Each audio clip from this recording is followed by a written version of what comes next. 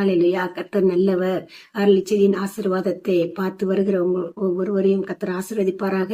இந்த நாளிலையும் இந்த அருளிச்செடியின் ஆசீர்வாதம் தலைப்புல வருகிற கர்த்தர் உங்களுக்கு கொடுக்கிற வார்த்தை சங்கீதம் 134 3வது வசனம் இப்படியாக சொல்லுகிறது.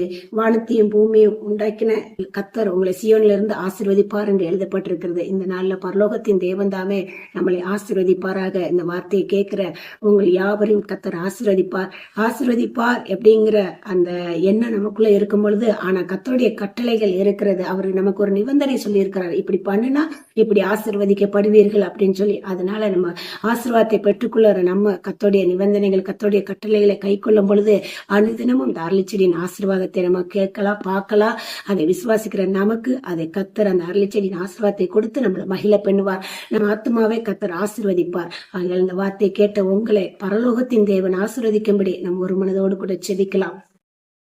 பிதாவாகிய தெய்வமே உம்மை துதிக்கிறோம். குமாரனாகிய இயேசு கிறிஸ்துவே உம்மை துதிக்கிறோம். பரிசுத்த ஆவியானவரே உம்மை துதிக்கிறோம். எங்களை தேற்றுகிற தேற்றரவாளனே, எங்களுக்காக யாவையும் செய்து முடிக்கும் எங்கள் அன்பின் பரலோக பிதாவை, இந்த நாள்ல இந்த அருளிச்செடியின் ஆசீர்வாதத்தின் தலைப்புல வருகிற வார்த்தையை கேட்கிற கர்த்தருடைய பிள்ளைகள் யாவரையும் வானத்தையும் பூமி உண்டாக்கின கர்த்தர் இந்த நாள்ல சியோனிலிருந்து பரலோகத்திலிருந்து இவர்களை ஆசீர்வதித்து இவர்கள் காரியம் கைகூடி வரும்படி எதை எதிர்நோக்கி இருக்கிறார்களோ அந்த காரியத்துல பெரிய காரியம் ஆசீர்வாதம் நடக்கும்படி ஒரு மனதோடு கூட செபித்து இயேசுவின் நாமத்தில் ஜெயத்தை எடுக்கிறோம். ஜீவனுள்ள நல்ல பிதாவே, ஆமேன்.